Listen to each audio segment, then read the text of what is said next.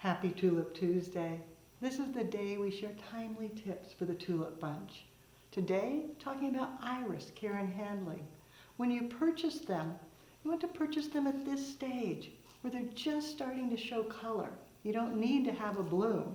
If you wait to this stage, they're going to have a shorter life and the chances of them getting damaged is just huge.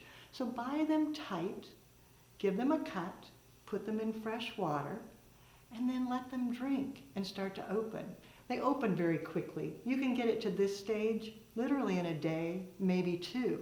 If you need it to open a little more rapidly, you can always help it along. Just take a moment and pull back the calyx slightly so it's not right up against the petals. And then gently tap it on your finger. Just tap, tap, tap. And you can see it starts to pop open.